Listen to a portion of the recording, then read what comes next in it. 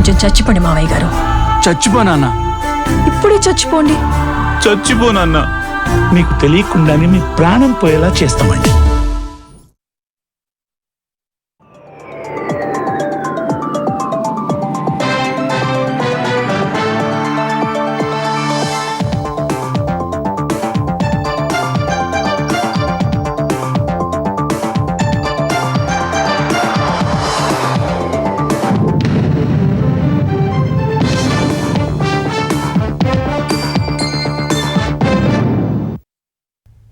నమస్కారం, ఈటీవీ న్యూస్కి స్వాగతం. ముందుగా ముఖ్యాంశాలు.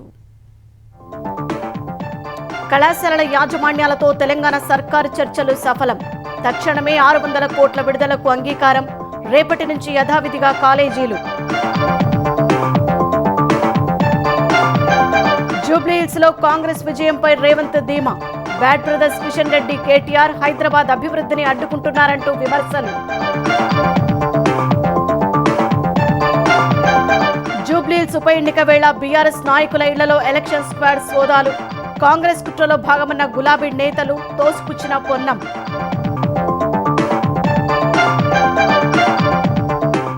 ఆంధ్రప్రదేశ్లో 1,00,000 కోట్లకు పైగా పెట్టుబడులకు ఎస్ఐపిబి ఆమోద ముద్ర. 26 సంస్థల ఏర్పాటుకు గ్రీన్ సిగ్నల్. 85,870 మందికి ఉద్యోగాలు. ఏపీలో ప్రజల చేతికి పల్లె రహదారుల సమాచారం.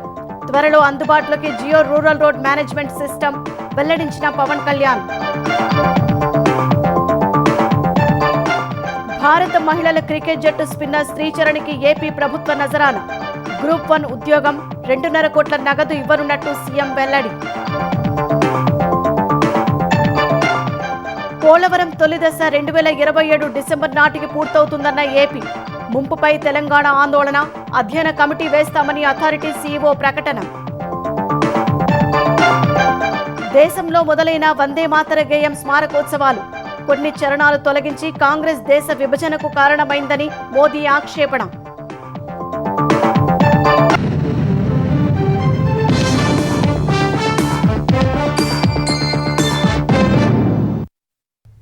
ఫీజు రియంబర్స్మెంట్ బకాయిలు చెల్లించాలని డిమాండ్ చేస్తూ 5 రోజులుగా చేస్తున్న బంద్ను తెలంగాణ ప్రైవేటు ఉన్నత విద్యా సంస్థలు విరమించాయి.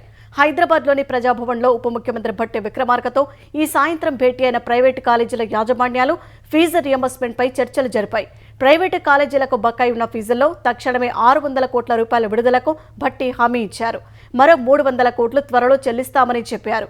ఈ హామీతో ప్రైవేటు కాలేజీల యాజమాన్యాలు బంద్ విరమిస్తున్నట్లు ప్రకటించాయి. రేపటి నుంచి యథాతథంగా కళాశాలలు నడుస్తాయని చర్చల తర్వాత భట్టి తెలిపారు. వారికి గతంలో చెప్పినట్టు 1200 కోట్లకు సంబంధించి 600 కోట్లు గతం రిలీజ్ చేశాం. ఇంకో 600 కోట్లు ఈ నెలలో దానికి సంబంధించి వెంటనే 2-3 రోజుల్లో వాటి పరిష్కారం చేస్తూ అదనంగా ఇంకో 300 కోట్లు కూడా, అంటే మొత్తంగా 1500 కోట్లకు సంబంధించి వారు అడగటం జరిగింది. తప్పనిసరిగా వాటిని పరిష్కారం చేసే దిశలో ఒక యాక్షన్ ప్లాన్ కూడా ప్రకటించి వారికి చెప్పడం జరిగింది. వారు 8th నాడు ప్రపోజ్ చేసుకున్న ఫ్యాకల్టీ మీటింగ్ కానీ 15th నాడు స్టూడెంట్స్ తో పెట్టుకున్నటువంటి మీటింగ్ కానీ వీటన్నిటిని కూడా విరమించుకుంటున్నట్టుగా ఈ అసోసియేషన్ వారు చెప్పడం జరిగింది. అంతకుముందు ఉన్నత విద్యా సంస్థల బంద్పై స్పందించిన సీఎం విద్యార్థుల జీవితాలతో ఆటలు ఆడొద్దని కళాశాలల యాజమాన్యాలకు సూచించారు. బకాయిలు ఇవాళ కాకపోతే రేపు వసూలవుతాయని, బంద్ పెడితే కోల్పోయిన సమయం విద్యార్థులకు తిరిగి వస్తుందా అని ప్రశ్నించారు. రాజకీయ ప్రేరితమైన స్టేట్మెంట్లు అధికారులను తిట్టడంతోనే మీకేం ఫీజు రియంబర్స్మెంట్ రాదు. 35 సంవత్సరాలు ప్రభుత్వంలో సేవలు అందించిన అధికారులకు కూడా వాళ్ళ రిటైర్మెంట్ బెనిఫిట్స్ ను విడతల వారికి ఇస్తున్నాము. సహకరించాల్సిన మీరు వితండవాదంతో బంద్ పెడితే పిల్లలకు విద్య దూరం అవుతుంది. 3 నెలలకు 6 నెలలకు మేము ఫీజులు ఇస్తే ఈ బంద్ పెట్టినందుకు ఎవరిని శిక్షించాలి? పిల్లల చదువులకు ఆటంకం కలిగిస్తే యజమానులైనా ఉండొచ్చు, రాజకీయ పార్టీలైనా ఉండొచ్చు, ఎవరైనా కఠినంగా వ్యవహరిస్తాము. ఇంజనీరింగ్ కాలేజీలలో, మెడికల్ కాలేజీలు ఎంత డొనేషన్ తీసుకుంటారు మీకు తెలియదా? ఎట్లా వసూలు చేస్తారో వచ్చే సంవత్సరం డొనేషన్లు అది కూడా చూస్తా. ఏసాలు వేసిరు అంటే కుదరదు. మీరు చట్టం మాట్లాడుతున్నారు కదా, నేను కూడా అన్ని చట్టాన్ని అమలు చేస్తా. పక్కడ్బందీకి ఇద్దరం కలిసి తారీఖు పెట్టుకొని మేము ఇద్దరం కలిసి చట్టాన్ని పకడ్బందీగా అమలు చేద్దాం. రండి, ముందరికి రండి. అర్థం ఉండాలి. బెదిరించడానికి, బ్లాక్ మెయిల్ చేయడానికి, విద్యను వ్యాపారంగా చూసి వ్యాపారం తెలివితేటలు మెలుకోవాలని ఇంట్లో పెట్టి గెలుకుతామని అంటే అదేం కుదరదు. కేంద్రంలో రాష్ట్రంలో కాంగ్రెస్ అధికారంలో ఉన్నప్పుడే తెలంగాణ అభివృద్ధి చెందిందని ముఖ్యమంత్రి రేవంత్ రెడ్డి తెలిపారు. మిగులు నిధులతో ఉన్న రాష్ట్రాన్ని అప్పుల పాలు చేసి కాంగ్రెస్కు అప్పచెప్పిన ఘనత బీఆర్ఎస్కు దక్కుతుందని చెప్పారు. వరదలు వచ్చి హైదరాబాద్ మునిగిపోతే కేంద్రం నుంచి వరద సాయంగా కిషన్ రెడ్డి ఒక్క రూపాయి కూడా తేలేదని విమర్శించారు. జూబ్లీహిల్స్లో కాంగ్రెస్ విజయం ఖాయమని రేవంత్ ధీమా వ్యక్తం చేశారు. కాంగ్రెస్ బీఆర్ఎస్ పాలనను పోల్చి చూడాలని ప్రజలకు విజ్ఞప్తి చేశారు. జూబ్లీహిల్స్ ఉప ఎన్నిక నేపథ్యంలో హైదరాబాద్లో మీడియాతో మాట్లాడిన సీఎం రేవంత్ రెడ్డి 2004-2014 మధ్యకాలంలోనే హైదరాబాద్ ఎక్కువగా అభివృద్ధి చెందిందని తెలిపారు. ఔటర్ రింగ్ రోడ్, శంషాబాద్ విమానాశ్రయం, మెట్రో కాంగ్రెస్ ప్రభుత్వమే తీసుకొచ్చిందని చెప్పారు. ఏడాదిన్నర కాలంలో తెలంగాణకు 3 లక్షల కోట్ల పెట్టుబడులు తెచ్చామన్నారు. దేశానికి వచ్చిన జీసీసీలో 70% హైదరాబాద్కే వచ్చాయని వివరించారు. ఎన్ని జీసీసీ కంపెనీలను తెచ్చినామంటే నేను ఛాలెంజ్ చేస్తున్నా. ఫార్చ్యూన్ 500లో ఇవాళ 70% జీసీసీ కంపెనీలు ఇండియాకు వచ్చిన దాంట్లో ఓన్లీ హైదరాబాద్ నగరానికి కాంగ్రెస్ పార్టీ అధికారంలోకి వచ్చిన తర్వాత తీసుకొచ్చింది. వ్యాన్గార్డ్ కానీ, మెక్డొనాల్డ్స్ కానీ, ఎల్ఈలిలీ కానీ, అమెరికన్ ఎయిర్లైన్స్ కానీ, ఎల్ఈలిలీ ఈ రోజు $1 బిలియన్ ఫార్మాలో ఇన్వెస్ట్మెంట్ ఈ రోజు తీసుకొచ్చినాం తెలంగాణ రాష్ట్రానికి. సంవత్సరంన్నరలో 3 లక్షల కోట్ల రూపాయలు ఈ రాష్ట్రానికి పెట్టుబడులు తీసుకొచ్చినాము. ఇవాళ గ్లోబల్ కెపబిలిటీ సెంటర్స్ గానీ, డేటా సెంటర్స్ గానీ, మిగతా ఇన్ఫ్రాస్ట్రక్చర్ లో వేలాది కోట్ల రూపాయల పెట్టుబడులు తీసుకొచ్చి నగర విస్తరణ కోసం మేము ప్రణాళికలు చేస్తున్నాము. 2014 నుంచి హైదరాబాద్ లో ఎలాంటి అభివృద్ధి చెందలేదని, 10 ఏళ్లలో బీఆర్ఎస్ చేసింది శూన్యమని రేవంత్ రెడ్డి తెలిపారు. మీరు తెచ్చిన సచివాలయంతో ఒక్క పోస్ట్ అన్న అదనంగా వచ్చిందా? మీరు కట్టిన కమాండ్ కంట్రోల్ రూమ్ తో ఒక్క పోస్ట్ అన్న అదనంగా వచ్చిందా? మీరు కట్టిన ప్రగతి భవన్ వల్ల ఒక్క ఉద్యోగమైన వర్కాన్ని వచ్చిందా? మీరు కట్టిన కాళేశ్వరం వల్ల ఒక ఎకరాకు నీళ్ళు ఏమైనా మీరు ఇచ్చిండ్రా? లక్షల కోట్ల రూపాయలు కాంట్రాక్టర్లకు ఇచ్చి కమిషన్లు కొల్లగొట్టడానికి మీకు ఉపయోగపడ్డాయి. హరీష్ రావుకు మోయినాబాద్ లో ఫామ్ హౌస్ వస్తుంది, కేటీఆర్ కు జన్వాడలో 100 ఎకరాల ఫామ్ హౌస్ వస్తుంది, కేసీఆర్ కు గజ్వేల్లో 1000 ఎకరాల ఫామ్ హౌస్ వస్తుంది. మీకు టీవీలు వస్తాయి, మీకు పేపర్లు వస్తాయి, మీకు పెట్టుబడులు వస్తాయి. ఏందయ్యా కేటీఆర్ ఈ నగరానికి తీసుకొచ్చింది ఒక గొప్ప వరం అంటే గంజాయి, డ్రగ్స్. ఒక డ్రగ్స్ అడ్డాగా కేంద్రంగా మార్చింది కేటీఆర్. హైదరాబాద్ అభివృద్ధిని కేటీఆర్, కిషన్ రెడ్డి కలిసి అడ్డుకుంటున్నారని సీఎం ఆరోపించారు. రాబోయే 100 సంవత్సరాల కోసం ఎలాంటి భవిష్యత్ ప్రణాళికలు ఉండాలో మేము ఒక విజన్ డాక్యుమెంట్ ప్లాన్ చేస్తున్నాం. ఈ రోజు మెట్రో విస్తరణకు 43,000 కోట్ల రూపాయల ప్రణాళికలతో కేంద్ర ప్రభుత్వానికి మేము ఇచ్చినాం. బ్యాడ్ బ్రదర్స్ ఇద్దరు కలిసి అడ్డుకుంటున్నారు, కిషన్ రెడ్డి, కేటీఆర్ కలిసి. మెట్రో విస్తరణను అడ్డుకుంటున్నారు, మూసి ప్రక్షాళనను అడ్డుకుంటున్నారు, రీజనల్ రింగ్ రోడ్డును అడ్డుకుంటున్నారు, ఫ్యూచర్ సిటీని అడ్డుకుంటున్నారు. మేము ఈ రోజు గోదావరి జలాలు 20 టీఎంసీలు నగరానికి తేవాలంటే వాటిని అడ్డుకుంటారు. హైదరాబాద్ లో కట్టాలనుకున్న ఫ్లైఓవర్లు గానీ, అండర్ పాస్లు గానీ, ఎలివేటెడ్ కారిడార్లను అడ్డుకుంటారు. కిషన్ రెడ్డి గారిని సూటిగా అడుగుతున్నా, ఉత్తరప్రదేశ్ కు నదీ ప్రక్షాళన జరగవచ్చు, ఢిల్లీలో నది ప్రక్షాళన జరగవచ్చు, గుజరాత్ లో నది ప్రక్షాళన జరగవచ్చు. మరి మూసీ నది ప్రక్షాళన మనకొద్దా? ఎందుకు కేటీఆర్ కు సహకరిస్తున్నావు? ఎందుకు కేటీఆర్ కు లొంగిపోయినావు? కేటీఆర్ అనేవాడు ఒక విషపురుగు. హైదరాబాద్ లో కబ్జాలపై ఉక్కుపాదం మోపుతున్న హైడ్రాపై విషం చిమ్ముతున్నారని సీఎం దుయ్యబట్టారు. ఏ ఎన్నికనైనా ప్రతిష్టాత్మకంగానే తీసుకుంటామన్నారు. మాగంటి గోపీనాథ్ మరణంపై రాజకీయం చేయదలుచుకోలేదని వ్యాఖ్యానించారు. 2 ఏళ్ల పాలనలో రేవంత్ రెడ్డి సర్కారు అభివృద్ధి గురించి చెప్పుకోవాల్సింది పోయి బ్లాక్మెయిల్ రాజకీయాలకు పాల్పడుతోందని మాజీ మంత్రి హరీష్ రావు విమర్శించారు. వాళ్లు చెప్పుకోవడానికి ఏమీ లేకనే విపక్షాలు ప్రజలు, ఉద్యోగులను బెదిరిస్తున్నారని మండిపడ్డారు. హైదరాబాద్ సోమాజిగూడ ప్రెస్ క్లబ్ లో ఏర్పాటు చేసిన మీట్ ద ప్రెస్ లో మాట్లాడిన హరీష్, ప్రజలు అన్ని గమనిస్తున్నారని, జూబ్లీహిల్స్ ఉప ఎన్నికల కాంగ్రెస్ పార్టీకి ఓటు ద్వారా గట్టిగా బుద్ధి చెప్తారని అన్నారు. ఇలా కాలేజీలు బంద్ అయినాయి. జూబ్లీ హిల్స్ ప్రజల పిల్లలు కూడా కాలేజీలో చదువుతున్నారు కదా. వాళ్ళ పిల్లలు ఎందుకురా బాబు నువ్వు కాలేజీకి పోతలేవంటే ఫీజు రియంబర్స్మెంట్ రేవంత్ రెడ్డి ఇస్తలేడు, మేము ఇంట్లో కూర్చున్నాం, మరి ఆ డబ్బులు ఇవ్వలేడు కనుక కాలేజీలు బంద్ చేసిండ్రు అంటున్నారు. మరి ఆ పిల్లల మంచి కోరుకునే తల్లిదండ్రులు పిల్లల భవిష్యత్తు చెడిపోతుంటే ఇంకా కాంగ్రెస్ ఏ రకంగా ఓటేస్తారు? చివరికి ప్రజలతో కూడా ఏమంటున్నాడు, మీరు కాంగ్రెస్ కోటేయకపోతే మీ రేషన్ షాప్ బంద్ అవుతుంది, మీ పెన్షన్ బంద్ అవుతుంది. నీ అయ్యే జాగిరా, నువ్వెవరు బంద్ చేయడానికి? This is democracy. నీ ఇంట్లోకెళ్ళి ఇస్తున్నావా, నీ నాయన డబ్బులు ఇస్తున్నావా? జూబ్లీహిల్స్ ఉప ఎన్నిక దృష్ట్యా పెద్ద మొత్తంలో డబ్బును నిల్వ ఉంచారన్న ఫిర్యాదులపై బీఆర్ఎస్ నేతల ఇళ్లలో ఎలక్షన్ ఫ్లయింగ్ స్క్వాడ్ సోదాలు నిర్వహించింది. మోతీనగర్లో మాజీ ఎమ్మెల్యే మరి జనార్దన్ రెడ్డి, రెహమత్ నగర్లో ఎమ్మెల్సీ రవీంద్రరావు ఇళ్లలో సోదాలు చేపట్టారు. కేంద్ర బలగాల సాయంతో ఎన్నికల అధికారులు ఈ తనిఖీలు చేపట్టారు. ఈ సోదాలపై మండిపడిన బీఆర్ఎస్ మాజీ ఎమ్మెల్యే మరి జనార్దన్ రెడ్డి, కాంగ్రెస్ పార్టీ యథేచ్ఛగా డబ్బు పంచుకోవడానికి తాము అడ్డు రాకుండా నిలవరించేందుకే ఈ తనిఖీలు చేపట్టారని మాజీ ఎమ్మెల్యే మరి జనార్దన్ రెడ్డి ఆరోపించారు. ఉప ఎన్నికలో ప్రచారం చేయకుండా కుట్ర పన్నారని మండిపడ్డారు. కాంగ్రెస్ పార్టీ డబ్బులు పంచుతుంది, ఇక్కడ డైవర్షన్ చేయాలి, వాళ్ళ పని సాబు చేసుకోవాలని ఆడుతున్నటువంటి డ్రామా ఇది. ప్రచారం చేయకుండా మమ్మల్ని అందరినీ ఇక్కడ పిలిపించి మేమందరం ఇక్కడికి వస్తే అక్కడ వేయాలని చేస్తున్నారు. మొత్తం పోలీసు అంతా రోడ్ల మీద డ్యూటీ చేయాల్సిన వాళ్ళు ఇక్కడ వచ్చి మా ఇంటి ముందు లేవాడు. సమాచారం లేదు. ఎందుకు వచ్చిన మీరంటే నాకు ఓరల్ కంప్లైంట్ ఉందండి. మరి ఓరల్ కంప్లైంట్ చాలా ఉన్నాయి కదా ఉన్నంటే ఓరల్ కంప్లైంట్ ఎవరు ఇచ్చిండో ఆయనకే తెలియదు. కావాలని ఎక్కడైతే మెయిన్ ఎలక్షన్లుగా పనిచేస్తున్నారో వాళ్ళని టార్గెట్ చేయాలి, డిమోట్ చేయాలి అని వాళ్ళ ఉద్దేశంతో చేస్తున్నటువంటి కుట్ర ఇది. ఎన్నికల సమయంలో సోదాలు సహజమని ఎన్నికల సంఘం పరిధిలో ఫ్లయింగ్ స్క్వాడ్ ఎవరి ఇంట్లో అయినా సోదాలు చేస్తుందని తెలంగాణ రవాణా శాఖ మంత్రి పొన్నం ప్రభాకర్ తెలిపారు. ఫిర్యాదులు వస్తే సోదాలు చేయడం ఎన్నికల సంఘం బాధ్యత అని వెల్లడించారు. బీఆర్ఎస్ నాయకుల ఇళ్లలో సోదాలు ఏవైనా జరుగుతుంటే చట్ట ప్రకారం కొనసాగుతుంటాయని చెప్పారు. ప్రతి చిన్న విషయాన్ని రాజకీయం చేయడం బీఆర్ఎస్ కు అలవాటుగా మారిందని విమర్శించారు. కేంద్ర మంత్రి కిషన్ రెడ్డి నియోజకవర్గంలోనే బీజేపీని ఎవరూ పట్టించుకోవట్లేదన్న పొన్నం జూబ్లీహిల్స్ లో 10,000 ఓట్లు కూడా బీజేపీకి రావని పొన్నం చెప్పారు. బీజేపీ బీఆర్ఎస్ లోపాయికారి ఒప్పందం చేసుకున్నాయని ఆరోపించారు.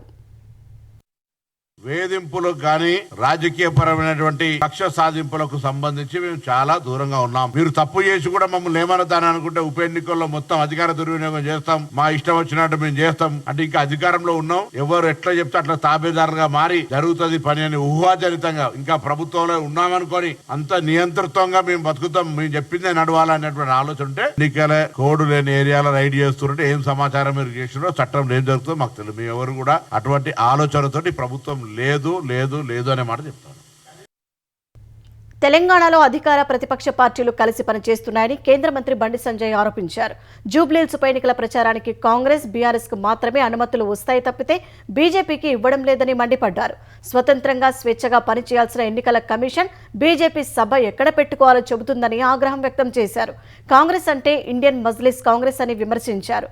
బీఆర్ఎస్, కాంగ్రెస్ ఎన్ని కుట్రలు చేసినా జూబ్లీహిల్స్ లో ప్రజలు బీజేపీకి ఓటు వేస్తారని కేంద్ర మంత్రి స్పష్టం చేశారు. అభివృద్ధి గురించి వీళ్ళు మాట్లాడారు, వాళ్ళు మాట్లాడారు. ఎందుకంటే మాట్లాడే అర్థం వీళ్ళకి లేదు, నా వాళ్ళకి లేదు. వాళ్ళు అనేక మంది నాయకులు డోర్ టు డోర్ క్యాంపెయినింగ్ చేస్తున్నప్పుడు మేము బీఆర్ఎస్ మీద కోపంతో కాంగ్రెస్ పార్టీ కొట్టేస్తాం. వాళ్ళ కాంగ్రెస్ మీద కసి ఉంది మాకు, అది తీర్చుకోవడానికి మేము బీజేపీకి ఓటయ్యబోతున్నాము అని చెప్పి స్పష్టంగా ప్రజలందరూ చెప్తున్నారు. ఈ వాతావరణం ఇంకా నిర్మాణం అయితే మేము తట్టుకోలేము, భారతీయ జనతా పార్టీకి తాకిడి తట్టుకోలేము అని చెప్పి భావించే దొంగ సర్వేలు చేస్తున్నారు. ఇవాళ బీఆర్ఎస్ పార్టీలు ఆంధ్రలో ఒక సర్వే సంస్థకు 2 కోట్ల రూపాయలు ఇచ్చారు. 2 కోట్ల రూపాయలు ఇచ్చి ఏ చేసినా బీఆర్ఎస్ కు పెంచాలి. దాని పోటీగా కాంగ్రెస్ పార్టీలు ఇక్కడ 3-4 సర్వే సంస్థలు పెట్టుకున్నారు. వీళ్ళు లోకల్, వాళ్ళు నాన్ లోకల్. ఆంధ్రప్రదేశ్లో 1,00,000 కోట్ల పెట్టుబడులకు రాష్ట్ర స్థాయి పెట్టుబడుల ప్రోత్సాహక బోర్డు SIPB ఆమోదం తెలిపింది. ఇందులో భాగంగా 3 మెగా సిటీలు, 15 పారిశ్రామిక జోన్ల అభివృద్ధికి గ్రీన్ సిగ్నల్ ఇచ్చింది. ఈ పెట్టుబడుల ద్వారా 85,870 ఉద్యోగాలు వస్తాయని అంచనా వేసింది. ఈ పెట్టుబడులు కార్యరూపు దాల్చే విధంగా తగిన చర్యలు చేపట్టాలని ముఖ్యమంత్రి చంద్రబాబు అధికారులను ఆదేశించారు. సచివాలయంలో ముఖ్యమంత్రి చంద్రబాబు అధ్యక్షతన ఆంధ్రప్రదేశ్ 12వ రాష్ట్ర స్థాయి పెట్టుబడుల ప్రోత్సాహక బోర్డు SIPB సమావేశం జరిగింది. ఈ భేటీలో 1,00,000 కోట్ల విలువైన 26 పరిశ్రమల స్థాపనకు సంబంధించిన ప్రతిపాదనలకు ఆమోదం లభించింది. ఇందులో AMG metals and materials limited పెట్టే 44,000 కోట్ల పెట్టుబడికి SIPB గ్రీన్ సిగ్నల్ ఇచ్చింది. ఇండీ చిప్ సెమీకండక్టర్స్ లిమిటెడ్ 22,976 కోట్లు, నవయుగ ఇంజనీరింగ్ కంపెనీ లిమిటెడ్ 7,972 కోట్లు, సూపర్ స్మెల్టర్స్ లిమిటెడ్ 8,570 కోట్లు, రిలయన్స్ కన్జ్యూమర్ లిమిటెడ్ 202 కోట్ల పెట్టుబడులకు SIPB ఆమోదముద్ర వేసింది. ఎపిటోమ్ కాంపోనెంట్స్ ప్రైవేట్ లిమిటెడ్ 700 కోట్లు, NPSPL advance material private limited 2,081 కోట్లు, క్రయాన్ టెక్నాలజీ లిమిటెడ్ 1,154 కోట్లు, SCIC వెంచర్స్ LLP 550 కోట్లు, ఫ్లూయింట్ గ్రిడ్ లిమిటెడ్ పెట్టే 150 కోట్ల పెట్టుబడులకు SIPB గ్రీన్ సిగ్నల్ ఇచ్చింది. Motherson technology service limited 110, Quarks technosoft private limited 115, K Raheja corp real estate private limited 2,172, Visakha realty private limited 2,200 కోట్ల పెట్టుబడితో చేసిన ప్రతిపాదనలకు ఆమోదం లభించింది. ISpace software solutions private limited 119 కోట్లు, SAEL solar P12 private limited 1,728 కోట్లు, Myra Bayview resorts 157, Viswanatha sports and conventions private limited 51 కోట్లు, Sugna sponge and power private limited 1,247 కోట్లు, వాల్సన్ ల్యాబ్స్ ప్రైవేట్ లిమిటెడ్ 1,682 కోట్లు, వాసంగ్ enterprise 898, Birla limited 240, Sigachi industrial limited 1,090 కోట్లు, Bharat dynamics 489, Dasco private limited 1234, Sriveda innovation park private limited 12 కోట్ల పెట్టుబడులతో చేసిన ప్రతిపాదనలకు చంద్రబాబు నేతృత్వంలోని ఎస్ఐపివి ఆమోదం తెలిపింది. ఏపీలో కూటమి ప్రభుత్వం అధికారానికి వచ్చిన ఈ 16 నెలల్లో మొత్తం 8,08,899 కోట్ల పెట్టుబడులకు ఆమోదం తెలిపితే ఆయా పరిశ్రమల ద్వారా 7,05,870 ఉద్యోగాలు వస్తాయని ప్రభుత్వం తెలిపింది. వివిధ రంగాల్లో పెట్టుబడులు వచ్చే విధంగా చూడాలని అధికారులను ఆదేశించిన చంద్రబాబు గత పాలకులు భూమి కేటాయించినా ఇప్పటికీ ప్రారంభం కాని ప్రాజెక్టులపై సమీక్షించాలని తెలిపారు. ఏ ప్రాజెక్టులైనా నిర్మాణ పురోగతి లేకపోతే అనుమతులు రద్దు చేయాలని స్పష్టం చేశారు. భవిష్యత్తులో ఎలక్ట్రానిక్ రంగంలో విస్తృత అవకాశాలు ఉన్నాయన్న సీఎం చిప్, సెమీకండక్టర్లు, డ్రోన్ వంటి పరిశ్రమలను ప్రోత్సహించాలన్నారు. మొత్తం 15 పారిశ్రామిక జోన్లను ఏర్పాటు చేసుకుని క్లస్టర్ వారీ విధానంతో పారిశ్రామిక అభివృద్ధికి ప్రణాళికలు సిద్ధం చేసుకోవాలని సూచించారు. 3 మెగా సిటీలు అభివృద్ధి చేయాలన్న చంద్రబాబు అనకాపల్లి నుంచి విజయనగరం వరకు విశాఖ, తిరుపతి, అమరావతి నగరాలను మెగా సిటీలు చేయాలని దిశానిర్దేశం చేశారు. అమరావతికి మాస్టర్ ప్లాన్ ఉందన్న చంద్రబాబు విశాఖ, తిరుపతి మెగా సిటీలకు కూడా మాస్టర్ ప్లాన్ రూపొందించాలని సూచించారు. గూగుల్ డేటా సెంటర్ వల్ల విశాఖకు మరిన్ని సంస్థలు వస్తాయన్న సీఎం భవిష్యత్తులో వచ్చే కంపెనీలకు భూ లభ్యత ఉండేలా చూసుకోవాలన్నారు. ఏపీలో 3 ఎకనామిక్ కారిడార్లు ఏర్పాటు కానున్నాయన్న చంద్రబాబు అందుకనుగుణంగా అభివృద్ధి ప్రణాళికలు చేసుకోవాలన్నారు. తెలంగాణకు చెందిన సౌరశక్తి సంస్థ ప్రీమియర్ ఎనర్జీస్ ఆంధ్రప్రదేశ్లో 5,942 కోట్ల రూపాయల పెట్టుబడి పెట్టేందుకు సిద్ధమైంది.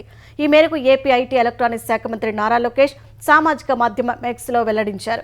నెల్లూరు జిల్లా నాయుడుపేట ఇండస్ట్రియల్ పార్క్లో ప్రీమియర్ ఎనర్జీస్ అత్యాధునిక సౌర తయారీ యూనిట్ను ఏర్పాటు చేయనున్నట్టు లోకేష్ తెలిపారు. ఈ ప్రాజెక్టులో భాగంగా 4 gigawatt Topcon solar cell unit, 5 gigawatt silicon ingot wafer plant ఏర్పాటు చేయనుందని మంత్రి వివరించారు. ఈ సంస్థ ఏర్పాటుతో సుమారు 3,500 మందికి ప్రత్యక్ష ఉద్యోగాలు లభిస్తాయని తెలిపారు. భవిష్యత్తులో మరిన్ని అవకాశాలు వస్తాయన్నారు. ఈ ప్రాజెక్టు కోసం ప్రభుత్వం రికార్డు సమయంలో చర్యలు తీసుకుందని, ఏపీఐఐసి ద్వారా 269 ఎకరాల భూమిని యుద్ధ ప్రాతిపదికన కేటాయించినట్టు లోకేష్ తెలిపారు. 2024 అక్టోబర్లో చర్చలు ప్రారంభించి 2025 ఫిబ్రవరిలో భూమి కేటాయింపుతో ప్రక్రియ పూర్తి చేశామన్న మంత్రి ఈ మేరకు ఎక్స్లో ఓ వీడియో కూడా పోస్ట్ చేశారు. జాతీయ గేయం వందే మాతరం ఒక స్వప్నం, ఒక సంకల్పం, ఒక మంత్రమని ప్రధాని నరేంద్ర మోదీ అన్నారు. అది భరతమాత ఆరాధన, సాధన అని పేర్కొన్నారు. ఢిల్లీలోని ఇందిరాగాంధీ ఇండోర్ స్టేడియంలో వందే మాతరం 150వ స్మారకోత్సవంలో పాల్గొన్న ప్రధాని ఏడాది పొడవునా నిర్వహించే వేడుకలను ప్రారంభించారు. జాతీయ గేయం గొప్పతనాన్ని వివరించిన ప్రధాని 1937లో అసలైన వందే మాతరం నుంచి ముఖ్యమైన చరణాలను తొలగించడం ద్వారా దేశ విభజనకు కారణమయ్యారంటూ కాంగ్రెస్పై పరోక్ష విమర్శలు చేశారు. స్వాతంత్ర్య ఉద్యమంలో కోట్లాది మంది భారతీయుల్లో స్ఫూర్తి నింపిన వందేమాతర గేయానికి 150 ఏళ్లు పూర్తయిన వేళ కేంద్రం అంగరంగ వైభవంగా వేడుకలు చేపట్టింది. ఈ రోజు నుంచి ఏడాది పాటు నిర్వహించే వేడుకలను ప్రధాని నరేంద్ర మోదీ ప్రారంభించారు. ఢిల్లీలోని ఇందిరాగాంధీ ఇండోర్ స్టేడియంలో జరిగిన కార్యక్రమంలో స్మారకోత్సవాలను ప్రారంభించగా సామూహికంగా వందేమాతరం గేయాలాపన చేశారు.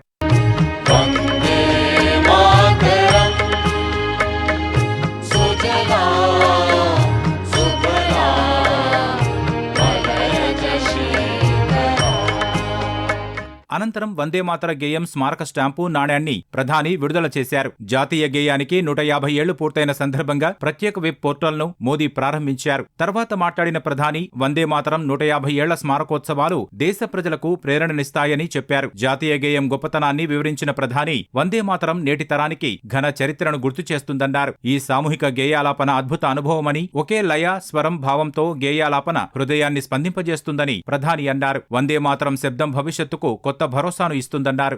ఈ గేయం ద్వారా బంకిం చంద్ర చటర్జీ స్వతంత్ర, ఐక్య, సంపన్న భారత్ కోసం స్పష్టమైన పిలుపునిచ్చారని గుర్తు చేసిన మోదీ 1937లో వందేమాతరం గేయంలోని ముఖ్యమైన చరణాలను తొలగించడం దేశ విభజనకు దారితీసిందన్నారు. ఆ విభజన మనస్తత్వం ఇప్పటికీ దేశానికి సవాల్గా మారిందన్నారు. ఇప్పుడు వికసిత్ భారత్ వైపు అడుగులు వేసే మార్గంలో మనల్ని తప్పుదారి పట్టించే వ్యక్తులు ఉంటారని చెప్పారు. నిరాశావాద దృక్పథం ఉన్న వ్యక్తులు మన మనస్సులో సందేహాలను సృష్టించడానికి ప్రయత్నిస్తారని, అలాంటి సమయాల్లో వందేమాతరం మనకు స్ఫూర్తినిస్తుంది. आजादी की लड़ाई में वंदे मातरम की भावना ने पूरे राष्ट्र को प्रकाशित किया था, लेकिन दुर्भाग्य से 1937 में वंदे मातरम के महत्वपूर्ण पदों को उसकी आत्मा के एक हिस्से को अलग कर दिया गया था।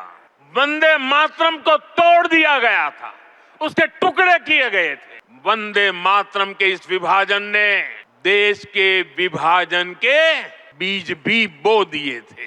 राष्ट्र निर्माण का ये महामंत्र, इसके साथ ये अन्याय क्यों हुआ, ये आज की पीढ़ी को भी जानना जरूरी है, क्योंकि वही विभाजनकारी सोच देश के लिए आज भी चुनौती बनी हुई है। వందే మాతరం గేయానికి 150 ఏళ్లు పూర్తయిన వేళ ఏడాది పొడవునా కార్యక్రమాలు నిర్వహించనున్న కేంద్రం ఇవాటి నుంచి ఈ నెల 26 వరకు దేశవ్యాప్తంగా కవిత్వం, వ్యాసరచన, చిత్రలేఖనం వంటి పోటీలు నిర్వహిస్తోంది. వందే మాతరం గేయాన్ని 1875 నవంబర్ 7న బంకిం చంద్ర చటర్జీ రాయగా తొలిసారి ఆయన రాసిన ఆనంద్ మఠ్ నవలలో ప్రచురితమైంది. వందే మాతరం గేయం రచించి 150 ఏళ్లు పూర్తయిన సందర్భంగా ప్రధాని మోదీ పిలుపు మేరకు ఆంధ్రప్రదేశ్ వ్యాప్తంగా ప్రత్యేక కార్యక్రమాలు నిర్వహించారు. ప్రజాప్రతినిధులు, అధికారులు, ఉపాధ్యాయులు, విద్యార్థులు పలుచోట్ల వందే మాతర గేయం ఆలపించారు. ప్రకాశం జిల్లా దోర్నాల మండలంలో మంత్రి నిమ్మల రామనాయుడు అధికారులు ప్రజాప్రతినిధులతో కలిసి వందే మాతరం గేయాన్ని ఆలపించారు. విశాఖలో ఆదాయపు పన్ను శాఖ నిర్వహించిన సామూహిక గేయాలాపనలో ఆదాయపు పన్ను శాఖ principal commissioner M Anil Kumar ఉద్యోగులతో కలిసి ఈ గేయాన్ని ఆలపించారు. కేంద్ర పాలిత ప్రాంతం యానంలోనూ సమాచార ప్రసార మంత్రిత్వ శాఖ ప్రభుత్వ ప్రైవేటు పాఠశాల విద్యార్థులతో వందే మాతరం గేయాలాపన కార్యక్రమం నిర్వహించింది. కర్నూలు కొండారెడ్డి బురుజు వద్ద 500 మంది ఎన్సీసీ విద్యార్థులు వందే మాతరం గేయం పాడారు. విశాఖ మధురవాడలో చంద్రపాలెం హైస్కూల్లో సుమారు 3000 మంది విద్యార్థులు వందే మాతరం గేయాన్ని ఆలపించారు. అటు రైళ్లలోనూ ప్రయాణికులు సామూహికంగా గేయాలాపన చేశారు. విశాఖపట్నం నుంచి సికింద్రాబాద్ వెళ్లే వందే భారత్ రైలులో వందే మాతరం గేయాన్ని పాడారు. ఉదయం 9:50 ప్రయాణికులంతా ఒకేసారి నిల్చొని వందే మాతరం గేయాన్ని లయబద్ధంగా పాడి దేశభక్తిని చాటుకున్నారు. వందే మాతరం గేయం రచించి 150 ఏళ్లు పూర్తయిన సందర్భంగా తెలంగాణలోని పలుచోట్ల ప్రత్యేక కార్యక్రమాలు నిర్వహించారు. హైదరాబాద్ యాబిడ్స్లోని మహబూబియా బాలికల ఉన్నత పాఠశాలలో రాష్ట్ర ప్రభుత్వం ఆధ్వర్యంలో వందే మాతరం సామూహిక గేయాలాపన చేశారు. మంత్రులు జూపల్లి కృష్ణారావు, పొన్నం ప్రభాకర్, పాఠశాల విద్యాశాఖ director Naveen Nicholas, collector Harishchandra తదితరులు పాల్గొని విద్యార్థులతో కలిసి గేయాన్ని పాడారు. రాచకొండలోని సిపి కార్యాలయంలో పోలీస్ కమిషనర్ సుధీర్ బాబు సిబ్బందితో కలిసి సామూహిక వందే మాతరం గేయాలాపన చేశారు. న్యూ బోయిన్పల్లి మనోవికాస్ నగర్లో జాతీయ మానసిక దివ్యాంగుల సాధికారత సంస్థ 1000 మంది విద్యార్థులతో నిపిడ్ నుంచి బోయిన్పల్లి వ్యవసాయ మార్కెట్ మీదుగా భారీ ర్యాలీ నిర్వహించింది. అనంతరం విద్యార్థులు తమ తల్లిదండ్రులతో కలిసి గేయాలాపన చేశారు. హైదరాబాద్లోని హనుమాన్ వ్యాయామశాల వద్ద జరిగిన ఉత్సవాల్లో కేంద్ర మంత్రి కిషన్ రెడ్డి, బీజేపీ నేతలు రామచంద్రరావు, లక్ష్మణ్, డీకే అరుణ ముఖ్య అతిథులుగా పాల్గొన్నారు. యువత, విద్యార్థులు వందే మాతరం గేయం అసలైన మహత్తును అర్థం చేసుకోవాలని వారు సూచించారు. పోలవరం ప్రాజెక్టు మొదటి దశతో తెలంగాణలో ముంపు ప్రభావంపై 2 రాష్ట్రాల అధికారులు, అథారిటీ ప్రతినిధులతో కమిటీతో అధ్యయనం చేయిస్తామని పోలవరం ప్రాజెక్టు అథారిటీ తెలిపింది. పోలవరం మొదటి దశ పనులు 2022 డిసెంబర్ నాటికి పూర్తి చేసి 41.15 మీటర్ల వరకు నీటిని నిల్వ చేస్తామని ఏపీ సర్కారు చెప్పగా తెలంగాణ అధికారులు ముంపుపై ఆందోళన వ్యక్తం చేశారు. ఈ మేరకు కమిటీ వేస్తామని పోలవరం అథారిటీ సీఈఓ హామీ ఇచ్చారు. అయితే అన్ని అంశాలపై కమిటీ వేయాలని తెలంగాణ అధికారులు కోరారు.